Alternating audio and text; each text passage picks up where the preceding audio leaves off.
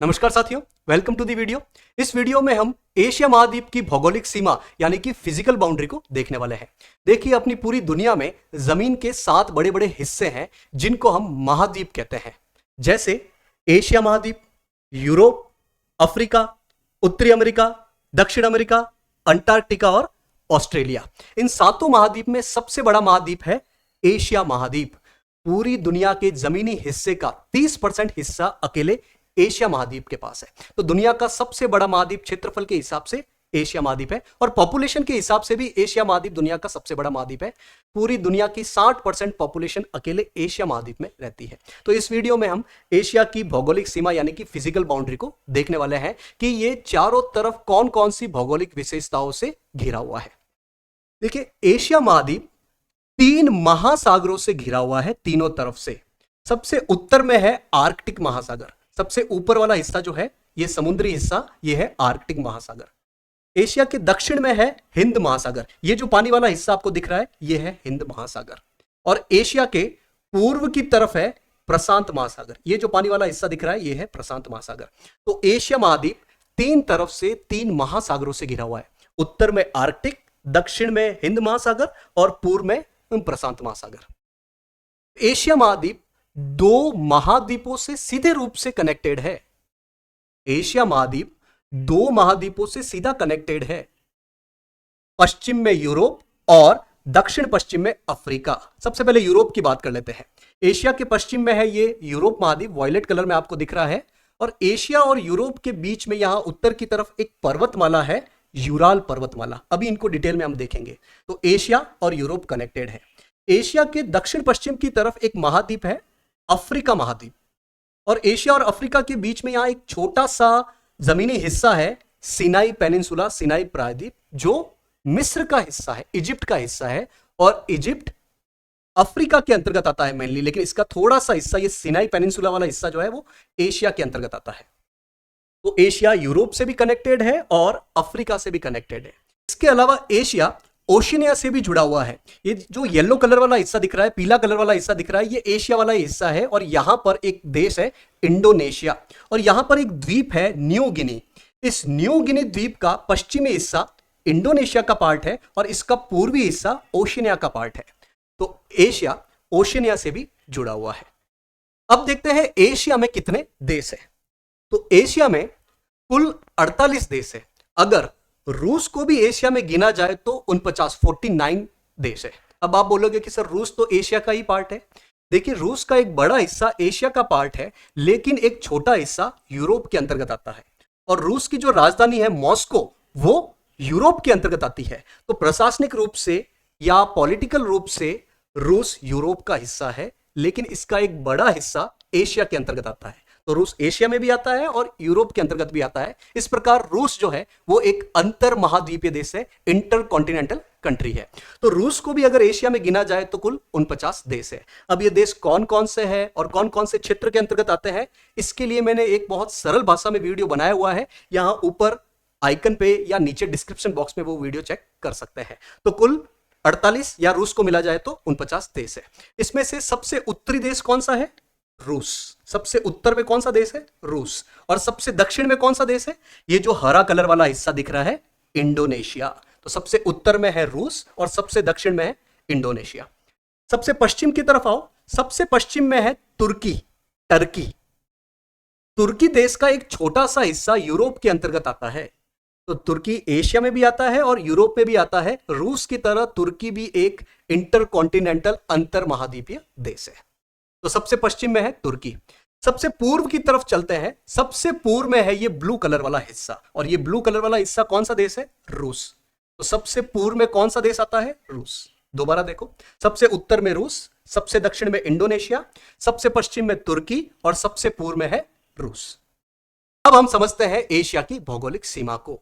भौगोलिक सीमा बोले तो एशिया के चारों तरफ कौन कौन सी भौगोलिक विशेषताएं हैं, एशिया की बाउंड्री कहां कहां पर है।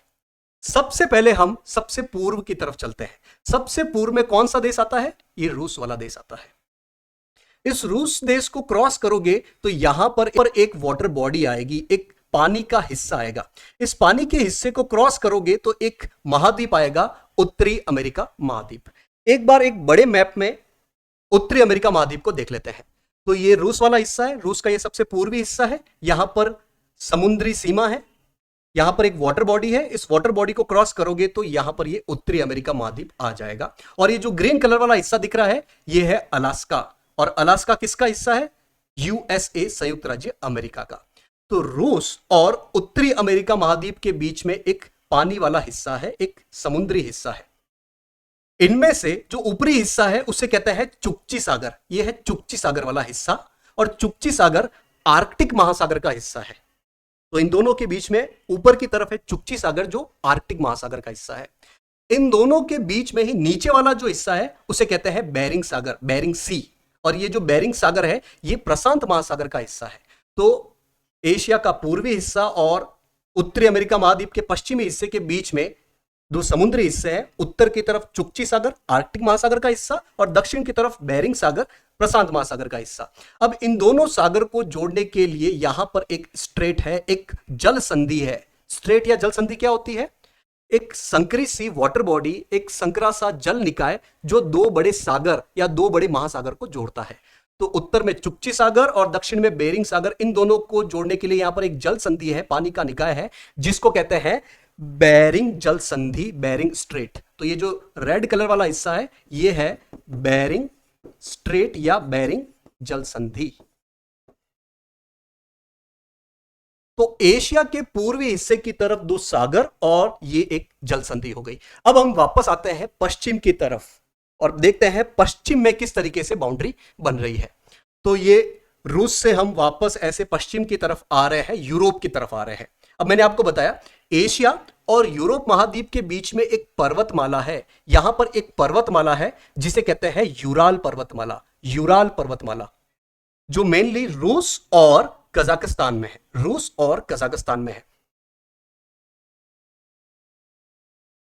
तो यहां पर है यूराल पर्वतमाला, यूराल पर्वतमाला। अब इस यूराल पर्वतमाला से एक नदी निकलती है जिसका नाम है यूराल नदी। ये यहां पर यूराल नदी हो गई। तो ये यूराल पर्वतमाला और इसके दक्षिण से एक नदी निकल रही है, यूराल नदी। और ये यूराल नदी भी रूस और कजाकिस्तान से होके बहती है। फिर ये बहते बहते एक बड़ी झील में गिर जाएगी। इस बड़ी झील का नाम है कैस्पियन सागर। ये जो ब्लू कलर वाला हिस्सा दिख रहा है ये है कैस्पियन सागर, इंग्लिश में इसे कहते हैं कैस्पियन सी। हालांकि इसका नाम सी या सागर है, लेकिन ये एक झील है, चारों तरफ जमीनी हिस्से से घिरी हुई है और ये दुनिया की सबसे बड़ी झील है। तो यूराल पर्वतमाला, यूराल पर्वतमाला से एक नदी निकली, यूराल नदी, और यूराल नदी गिर गई कैस्पियन सागर में। अब कैस्पियन सागर के पश्चिम में एक पर्वतमाला है जिसे कहते हैं कॉकेसस पर्वतमाला। यहां पर पर्वतमाला है कॉकेसस पर्वतमाला। मेनली ये रूस, अजरबैजान, जॉर्जिया, इन देशों में है। तो ये है कॉकेसस पर्वतमाला।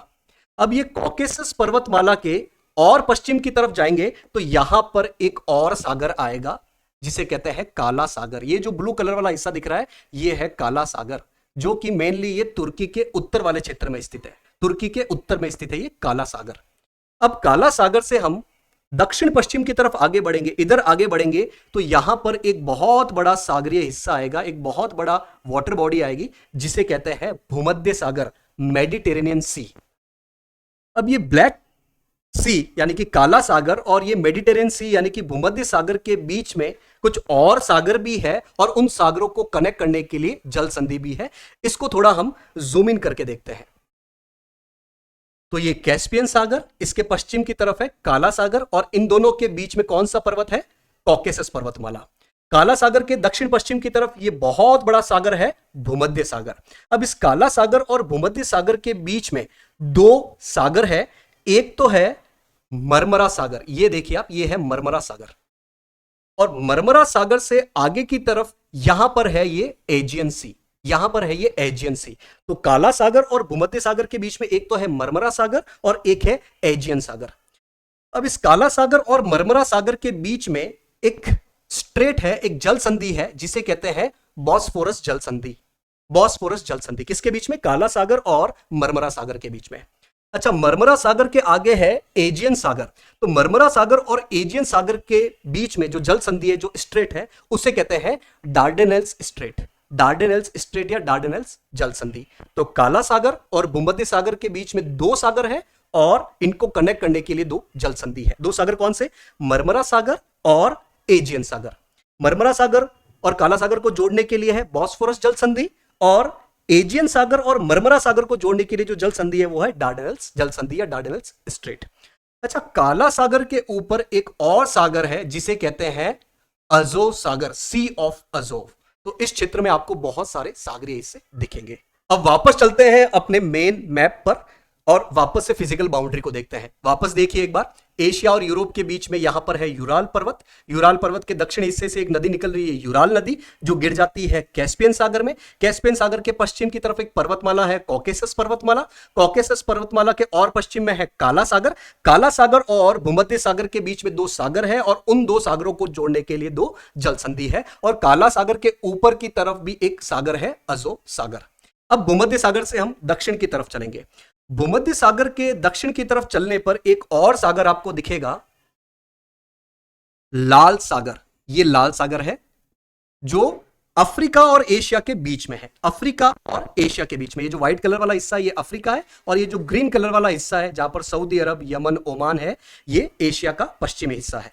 तो एशिया और अफ्रीका के बीच में है ये लाल सागर, और उत्तर में रह गया ये भूमध्य सागर। अब भूमध्य सागर और लाल सागर के बीच में एक नहर है जिसे कहते हैं स्वेज नहर। ये इंसानों ने, हमने बनाई है, मतलब एक कृत्रिम रूप से बनी हुई है।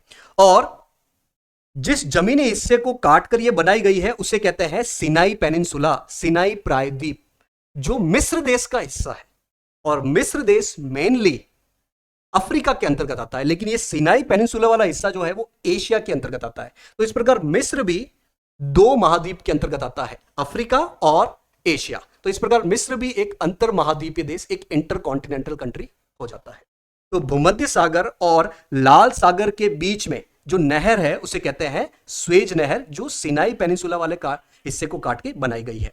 अब इस लाल सागर से आगे की तरफ चलेंगे तो यहां पर एक और वाटर बॉडी आएगी जिसे कहते हैं गल्फ ऑफ एडन, अदन की खाड़ी। यह है अदन की खाड़ी, एक पानी का हिस्सा है। खाड़ी किसे कहते हैं? पानी का वो हिस्सा जो तीन तरफ जमीन से घिरा हुआ हो। तो यहां पर है अदन की खाड़ी। इस लाल सागर और इस अदन की खाड़ी के बीच में एक और स्ट्रेट यानी कि जल संधि बन रही है जिसे कहते हैं बाब अल मंदेब की जल संधि, बाब अल मंदेब स्ट्रेट। अब ये अदन की खाड़ी कौन से सागर में खुलती है? अरब सागर में। और अरब सागर किसका हिस्सा हो गया? ये हिंद महासागर का हिस्सा हो गया। तो वापस आओ, भूमध्य सागर, भूमध्य सागर से आगे लाल सागर, भूमध्य सागर और लाल सागर के बीच में है स्वेज नहर। फिर लाल सागर के आगे है गल्फ ऑफ एडन यानी कि अदन की खाड़ी, और इन दोनों के बीच में एक स्ट्रेट है बाब अल मंदेब की जल संधि। और अदन की खाड़ी किसका हिस्सा है? अरब सागर का हिस्सा है। अरब सागर किसका हिस्सा है? हिंद महासागर का हिस्सा है। अब और आगे बढ़ेंगे तो ये वाला जो देश है, कौन सा देश है ये? इंडोनेशिया। और इंडोनेशिया के हम सबसे पूर्वी हिस्से में चलेंगे तो ये है न्यू गिनी द्वीप। न्यू गिनी द्वीप का जो पश्चिमी हिस्सा है वो इंडोनेशिया के अंतर्गत आता है, और इस न्यू गिनी द्वीप का जो पूर्वी हिस्सा है वो ओशिनिया का पार्ट है। तो ये हमने चारों तरफ से एशिया महाद्वीप की भौगोलिक सीमा को देख लिया है। एक बार दोबारा देख लेते हैं। सबसे पूर्व की तरफ यहां पर है चुक्ची सागर और नीचे की तरफ है बेरिंग सागर, और इन दोनों सागर को जोड़ने के लिए जो स्ट्रेट या जल संधि है उसे कहते हैं बेरिंग स्ट्रेट, बेरिंग जल संधि। फिर हम पश्चिम की तरफ आते हैं, यहां एशिया और यहां यूरोप। एशिया और यूरोप के बीच में यहां उत्तर की तरफ एक पर्वतमाला है, यूराल पर्वतमाला। यूराल पर्वतमाला से एक नदी निकलती है इसके दक्षिणी हिस्से से, यूराल नदी, जो गिर जाती है कैस्पियन सागर में। कैस्पियन सागर के पश्चिम की तरफ एक पर्वतमाला है, कॉकेशस पर्वतमाला। कॉकेशस पर्वतमाला के और पश्चिम की तरफ है काला सागर। काला सागर कनेक्टेड है भूमध्य सागर से दो सागर और दो जल संधि के माध्यम से, और काला सागर के ऊपर की तरफ एक और सागर है, अजोव सागर। इस भूमध्य सागर से दक्षिण की तरफ आएंगे तो लाल सागर, और ये दोनों कनेक्टेड है स्वेज नहर से। और स्वेज नहर किस हिस्से को काटकर बनाई गई है? सिनाई पेनिनसुला, सिनाई प्रायद्वीप को काटकर। सिनाई प्रायद्वीप किस देश के अंतर्गत आता है? मिस्र, इजिप्ट के अंतर्गत आता है। इजिप्ट का बड़ा हिस्सा अफ्रीका में है, और ये सिनाई पेनिनसुला वाला हिस्सा जो है वो एशिया के अंतर्गत आता है। फिर लाल सागर से आगे की तरफ चलेंगे तो अदन की खाड़ी है, और लाल सागर और अदन की खाड़ी को जोड़ने के लिए जो जल संधि या स्ट्रेट है उसे कहते हैं बाब अल मंदेब की जल संधि। फिर ये अदन की खाड़ी जो है वो अरब सागर का हिस्सा है और अरब सागर हिंद महासागर का हिस्सा है। आगे हम और बढ़ेंगे दक्षिण पूर्व की तरफ एशिया के, तो यहां पर इंडोनेशिया देश है। इंडोनेशिया देश का जो सबसे पूर्वी हिस्सा है वो न्यू गिनी द्वीप का हिस्सा है। तो न्यू गिनी द्वीप का जो पश्चिमी हिस्सा है वो इंडोनेशिया का पार्ट है और जो पूर्वी हिस्सा है वो एक अलग देश है पपुआ न्यू गिनी जो ओशिनिया का पार्ट है। तो ये एशिया की अपनी भौगोलिक सीमा हो गई है। एशिया के अंतर्गत बहुत सारे पर्वत, पठार, मरुस्थल, मैदान, नदियां आती है, मतलब और भी भौगोलिक विशेषता है। इनको हम नेक्स्ट वीडियो में देखेंगे। तो आज के वीडियो में इतना ही। होप ये वीडियो आपके लिए हेल्पफुल रहेगा। Thank you for joining.